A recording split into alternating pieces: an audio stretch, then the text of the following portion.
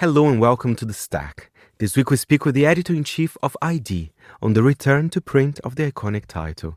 Plus, streamer Mubi ventures to the world of books and a guide on what to eat in Paris. Enjoy the show.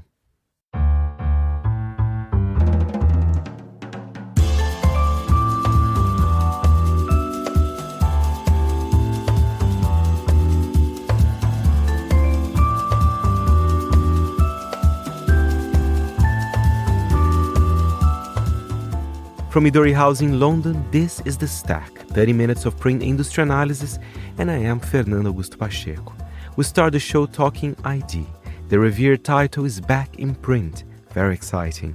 Model turned entrepreneur Carly Kloss bought the title via her Bedford Media. The title is helmed by Thom Bettridge now. For the return issue, one of the covers is new face Anza Curry, going back to the idea that ID is the title where you discover new talent. It was a pleasure to welcome Thom to our studio to discuss everything ID. Well, one of the first things I did when I started was I came here to London and spent a week in the archive. And something that I noticed that was really special about the archive was that there was always this focus on real people and often unknown people. But interestingly enough, it made real people feel iconic by putting them in the pages of magazines. And I think when I think about what a print magazine especially can do today, that digital media, that's maybe differentiated from digital media, it has this ability to kind of make faces and people feel iconic and feel historical. And so I think that with this first issue, I really wanted to play with that idea. I remember calling Carly and calling the other owners of the company and being like, hey guys, I got this crazy idea. I want to put a high schooler on the cover of the magazine. And they were like, okay, cool. Which one? And I was like, I don't know yet. We should just go find a completely unknown person and put them on the cover of the magazine. They had studied the archive as well. And they were like, that makes perfect sense. That's so ID. So I think that was really kind of the rallying cry for our first issue. And I think it's actually very important today as well, because I don't know, I feel it's quite hard actually to get into either being a model or a singer, especially if you're unknown, if you're from, I don't know, a small town in America or in any other country. Don't you see that compared to the 80s? I don't know, maybe I'm wrong. It's interesting because I think in a lot of ways, people now build that kind of fame and that following through these kind of DIY means, they get big on TikTok or they get big on whatever platform they're growing on. And actually it's interesting because I think in a lot of ways magazines have kind of lost their role a bit in making people famous, and so I really wanted to kind of reconnect with that idea. And I think part of the reason why magazines have lost a bit of their grip on that is I think because there was so much pressure on the industry, existentially, it became too much of a risk to not jack into someone's following with your cover, and so I think there became this kind of tendency to basically put the most famous person you could find on the cover of your magazine, which I think leads to a lot of monotony in a way, even though I think there's cool ways to do it, obviously, but I like this idea of kind of breaking that mold a little bit. Tell us about Anza Curry. You talk about the high schooler. So was it kind of a long process? I mean, how did you guys find it? What was the kind of process to find it? So the first person I called was Jennifer Vendetti, who's a really incredible genius casting director. She cast a lot of movies for A24. She was the casting director who discovered the cast of Euphoria. And she is really incredible at kind of these open casting calls and kind of finding completely new people. And so we had a process where I think her team sorted through 800 video applications to our call. And then I personally watched about 150 of these audition videos.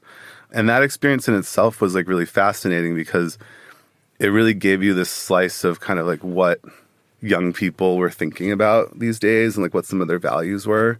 I remember something that was particularly interesting in the casting call was that one of our questions was, if you had your own magazine, who would you put on the cover? And an overwhelming amount of the kids who applied, they said that they would put their parents on the cover of the magazine, Oh. like their mom or their dad. and I find that so interesting because like when I was 18, 19, like I thought my parents were the least cool people in the world, you know? And so it's clearly like there's a kind of new idea of like how generations relate to each other. And like, so you pick up so many little things like that when you're speaking directly to young people, which I think is a really powerful thing to partake in any industry. And Thom, I want to ask you as well, you're talking about the young generation, you know, what about the magazine itself? Do you think this new generation will be interested? Because I genuinely see an interest for very young people to go and buy. I want to have that cover of this magazine. I want to know, I want to have something in print. Do you see that trend happening, especially with a magazine like ID? I know it's been out already for a few weeks. Yeah, it's really interesting because I think in a way there's this kind of boomerang effect happening where my generation and people slightly younger than me were hyper online. And then I think there's a tendency now to kind of think about things that exist in this kind of analog space and to value them and to covet them. And I think in a way they take on this kind of magical energy because it's so different than everything you normally see on your phone, you know? And so I definitely do see that. And it was interesting too, because a lot of the people we talked to in the process of casting Enza, they had like magazine collections in their rooms. They had like, they would take like pages of Vogue and like tape them to the wall. And so I think there is this kind of like resurgence of analog media as being something that's special for young people. Do you still feel ID has kind of that element of counterculture to it? I think it definitely does. I think the thing that, and that's actually a question that we thought about a lot in the process of creating the first issue, because I think, you know, looking at the archive, I think the thing that made ID special when, you know, Terry and Trisha Jones founded it in 1980 was that it was willing to cover these kind of underground figures as kind of like mainstream heroes in a way and like put them on that type of like pedestal. We really very much identify with that mission, but I think the reality is that the nature of subcultures changed, you know, and I think one really important part about that is that the internet has become a really important space for subculture.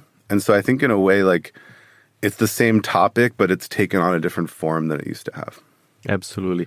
Tell us about the design. I mean, when you look back at the old copies, you know, by Terry Jones and Trisha Jones, the co-founders of ID, do you wanted to keep some of the elements? Clearly, of course, the wink on the cover. But how much did you want it to change as well, perhaps, in terms of design as well? I love graphic design. It's like one of my favorite parts of being an editor. And looking at the design of the early issues of ID in like the 80s and the 90s was one of the most fascinating things about the archive, you know, and Terry Jones himself was an art director and like designed the magazine. And I think that there was a way in which the magazine had migrated design-wise towards being a bit more like a classic fashion magazine. Mm-hmm. What we wanted to do was to almost kind of take it back to its origins and like DIY sort of like publishing, you know, and so we purposely, you know, and I teamed up with Brent David Freeney, who's a really amazing art director based in New York, to work on the new brand identity and graphic design of the magazine.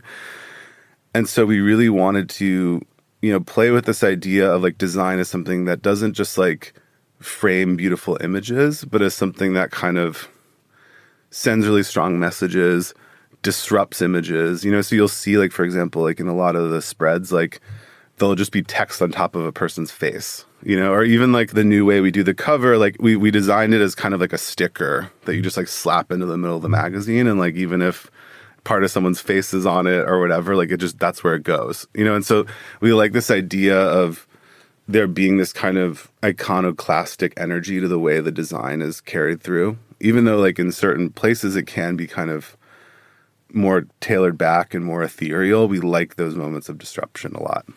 Well, disruption or not, I think this cover, the one with Enza, is quite a beautiful cover. It's very powerful.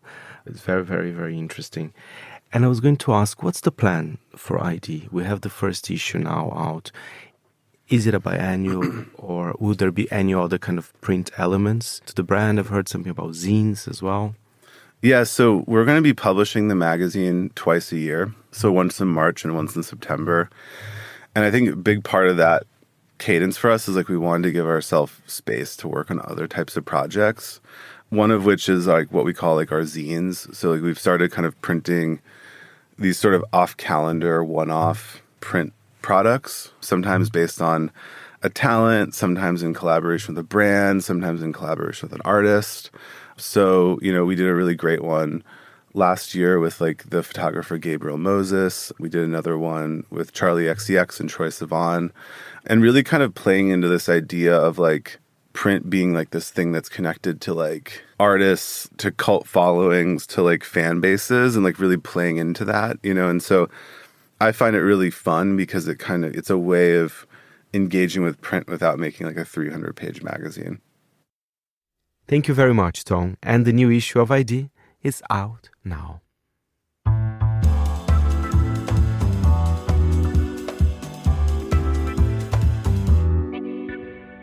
And now some exciting news from the publishing world.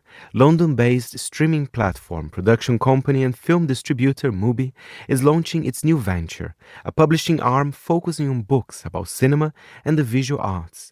It was a pleasure speaking with Daniel Kazman, Mubi's Vice President of Editorial Content, to talk about the new venture and their first release, Read Frame Type Film. One of the most exciting things about Mubi in general, and being at Mubi as long as I have, is that we're always expanding the radius of cinephilia. We're always trying to find new ways of bringing in new audiences, of bringing film to audiences and audiences to films. And so whether that means producing films or distributing films, putting films in theaters and online, we're always looking for new mediums, new methods of reaching audiences, and publishing is no different.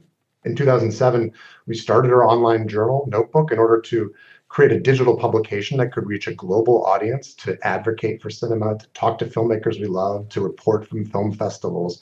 And now with books, we're able to expand this circle even further and create physical objects that really embody our love of cinema, the artistry of cinema, embody them in a physical form that has a lasting value. And I think this will sit so well to people that like the brand already, you know, because I think there's a value to kind of the printed product in a way, right?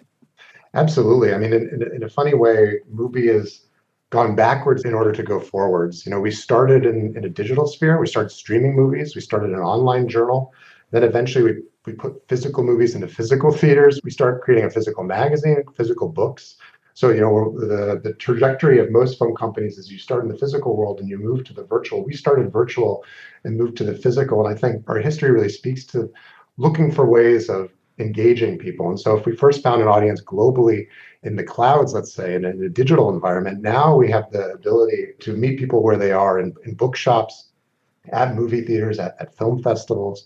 I think engaging people outside the digital sphere as well as on the digital sphere is really the key to growing and maintaining an audience.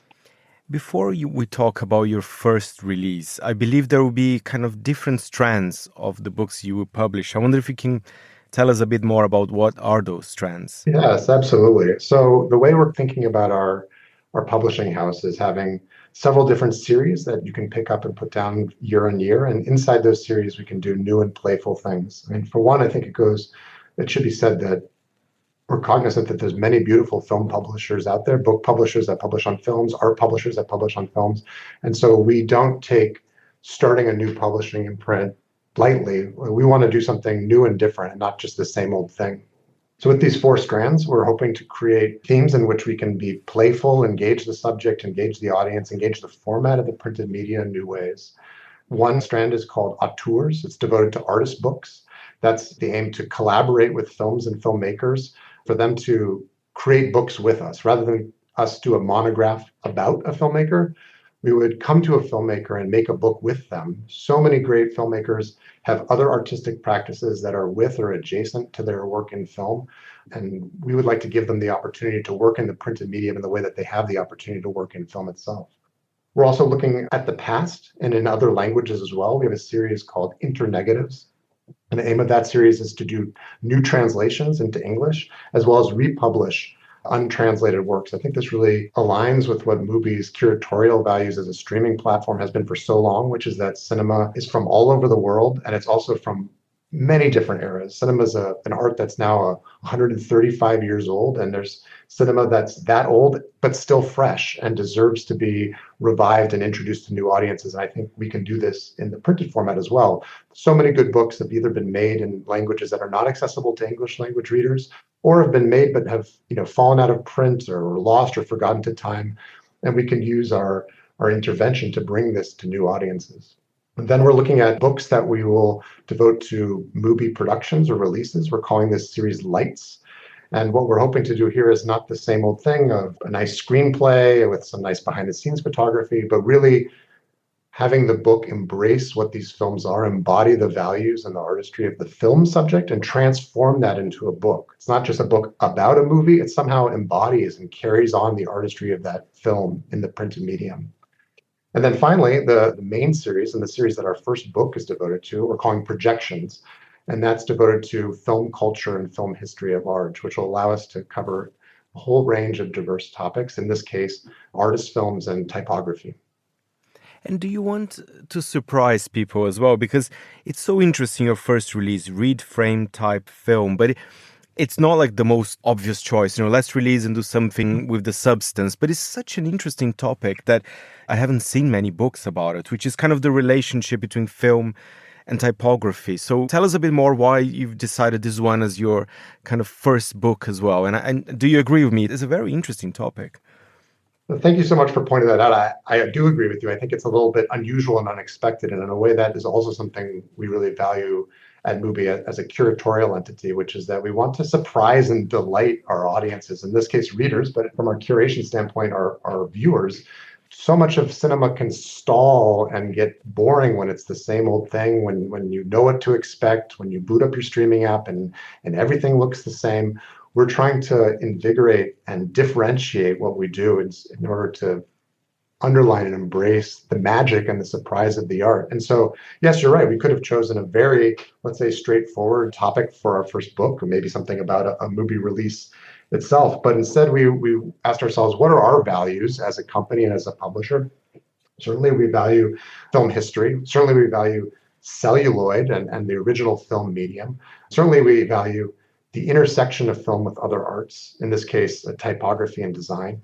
And so with this first book, we really see it as touching so much of what we like to do as a company and the way we see film itself and how we can bring new audiences to it. We're looking at films that range from the 1920s to the 1980s. We're looking at typography that intersects with the history of design, the history of typesetting, 20th century modernism, 18th century graphic design.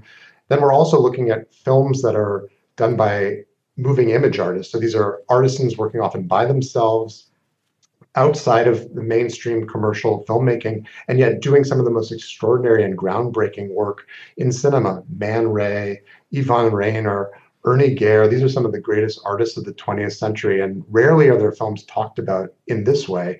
How do they use type? How do they use text on screen?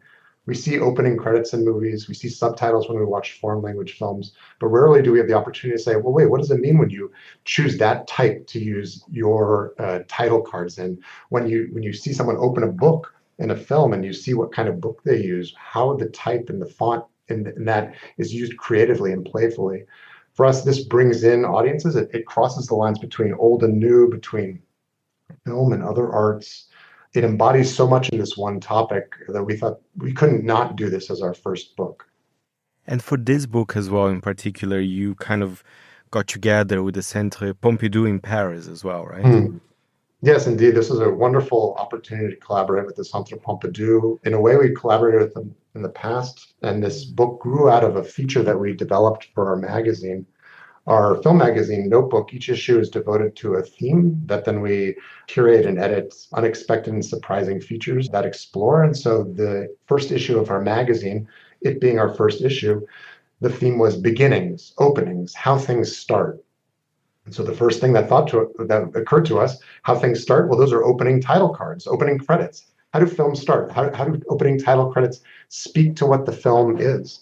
And lo and behold, the Centre Pompidou has a whole research division devoted to typography in film, how titles are used in film, how type is imposed on the celluloid surface, what that means different cultures, different typefaces.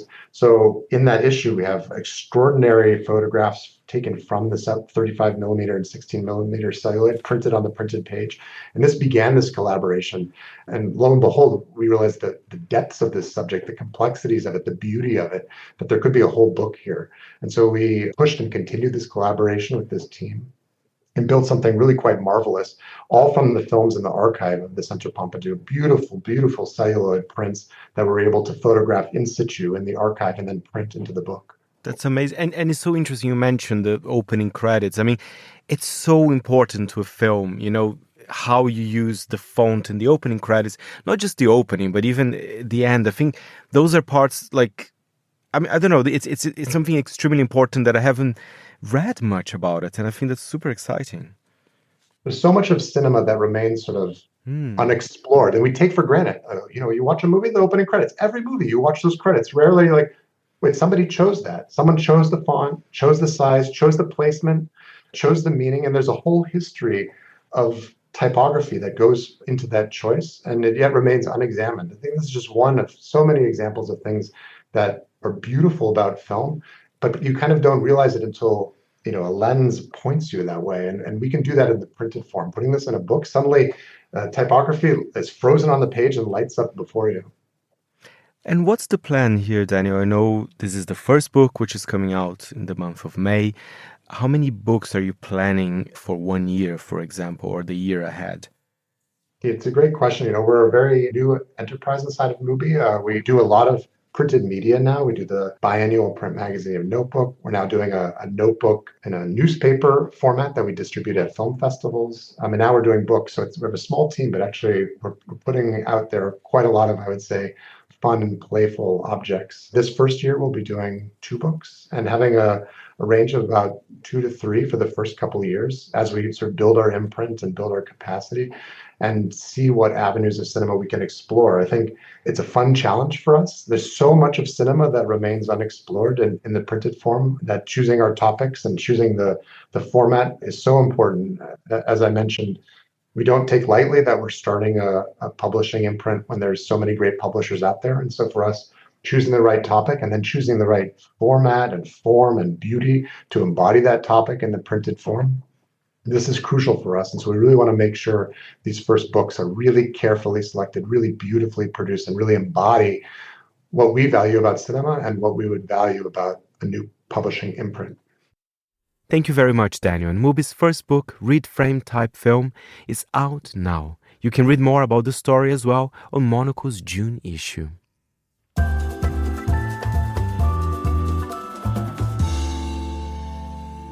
How do you navigate Paris' 600-odd restaurants? Many guides have been written on the subject. There are even entire publications dedicated to it. But the latest effort to create clarity to the question caught our eye. It's Paris-based writer Lindsay Tramuta's latest work, published in collaboration with the foodie publication Eater. Monocle's Paris bureau chief Simone Bouvier sat down with Tramuta to discuss what makes the project unique and glean her insights on the direction Paris' thriving food scene is taking.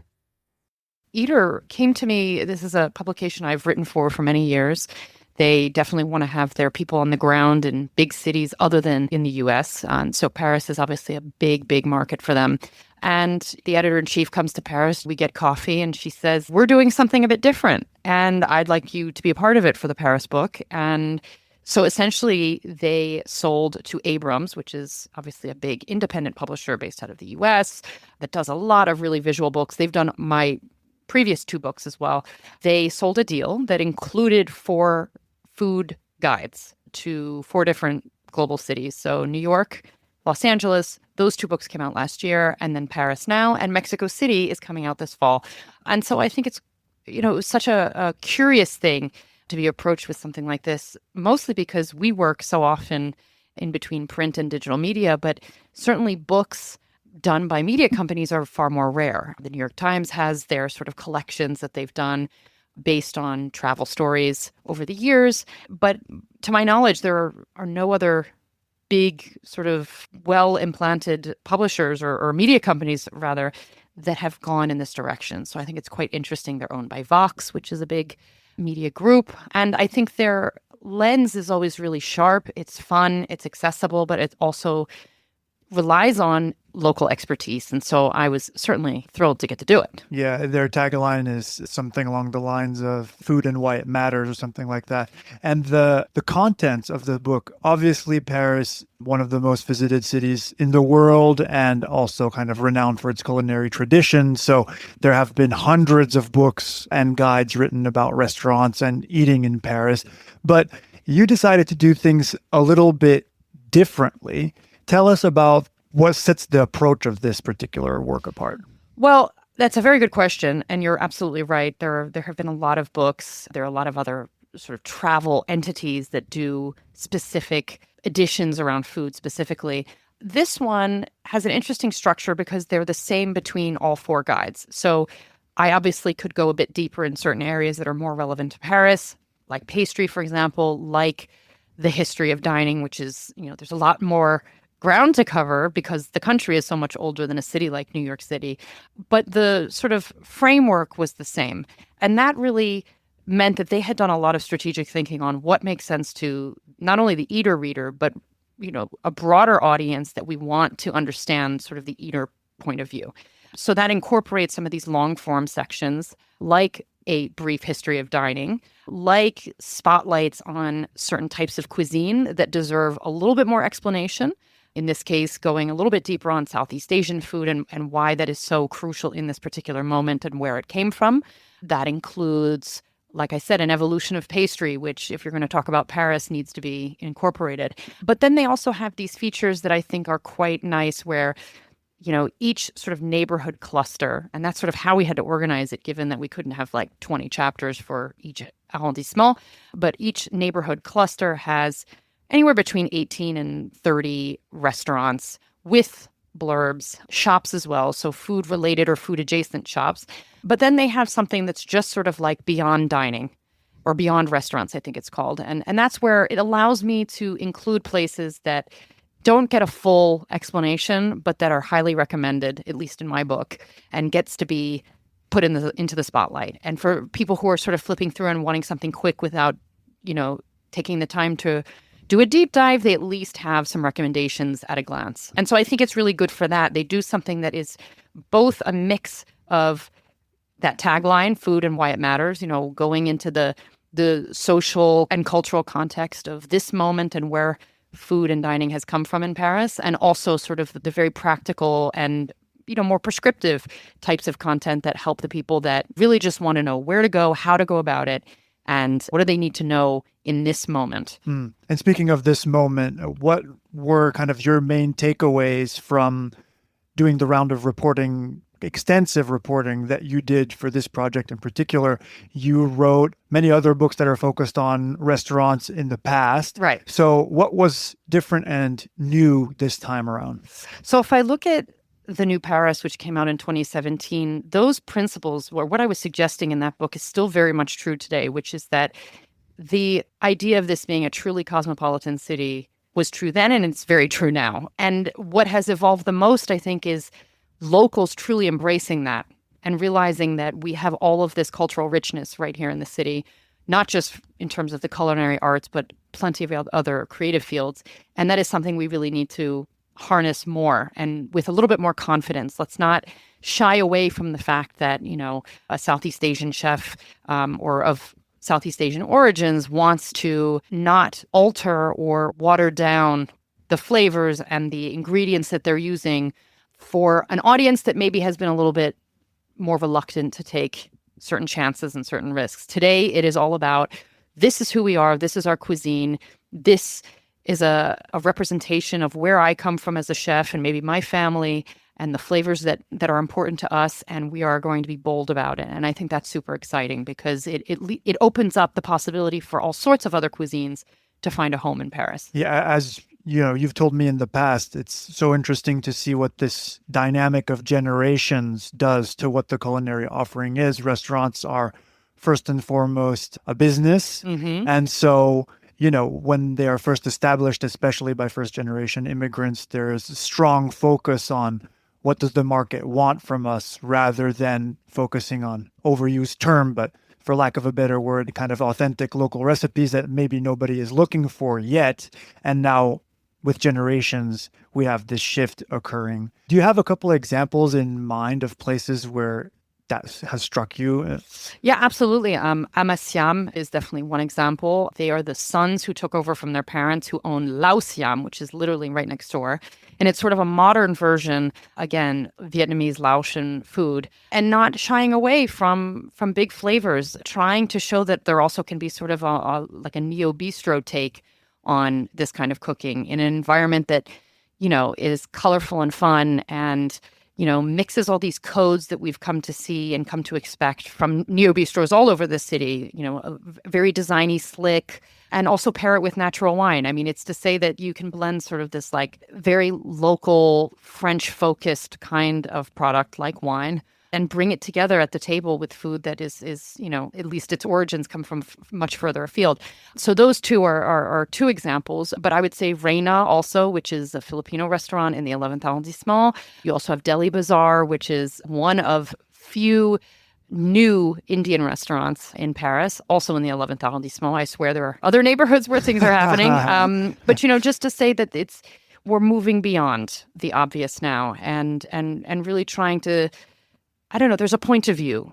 Yeah. Whereas I think maybe chefs and owners were tiptoeing a little bit in the past, and now they don't have to do that. Right. And we've talked a lot so far about international cuisines, but French cuisine has had a moment worldwide of late. So how did you approach the different establishments, what they propose? Because one thing that I think is striking is also not just the quality of the food that is on offer. Obviously, this is France, so they're going to be the biggest standard bearers for their own cuisine, but the diversity of price points and of not just geographically the types of French cuisines that are offered, but everything from the prefix 3 Michelin star offerings to kind of the French version of street food. How did you approach this kind of diversity of French cuisines when writing about dining in Paris?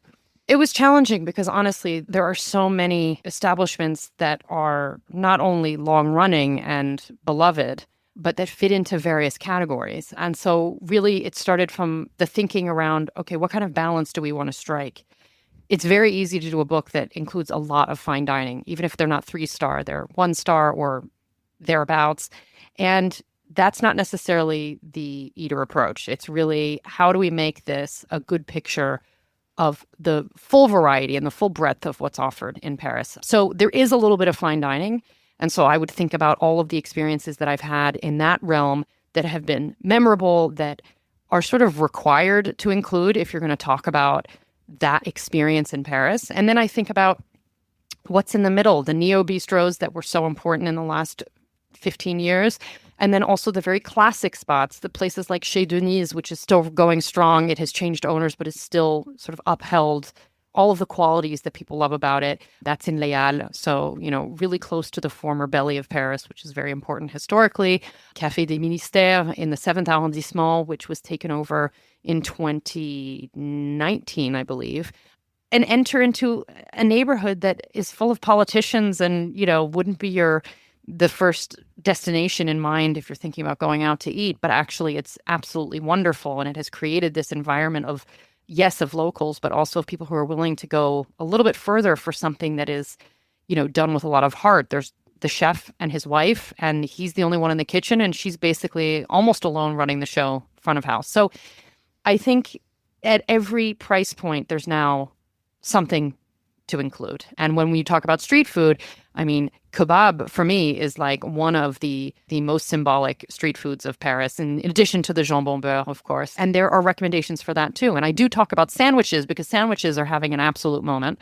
And I think that's partially a byproduct of COVID and needing to have things that are easy to put together, easy to take to go. And of course, now that people are working from home a lot as well, if they do want to go out, not everyone's going to spend 25 euros on a meal at midday every single day. And I think another thing that's interesting about the book is that you have sections that are sorted by type of meal instead of having the kind of classic geographical approach, which you've done as well. We talked about these kind of neighborhood clusters that you cover. You also have if you're really craving breakfast, what are the best spots to go to? Absolutely. How did you approach reporting that? Well, breakfast is one that's a little bit easier to report because there aren't 100 quality options. And, the reality is a traditional French breakfast has very little protein. So if you're looking for, eggs and bacon and some things that are a little bit more substantial, you're not going to go to a traditional Parisian cafe.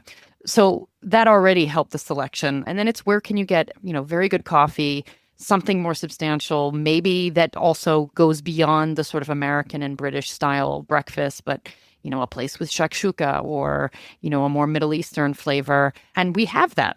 And there are enough locations where it's worth having a section devoted to that. And hotels are another option, but we didn't go down that road. But just the places where you can pop in and feel like, you have enough to get you started for the day.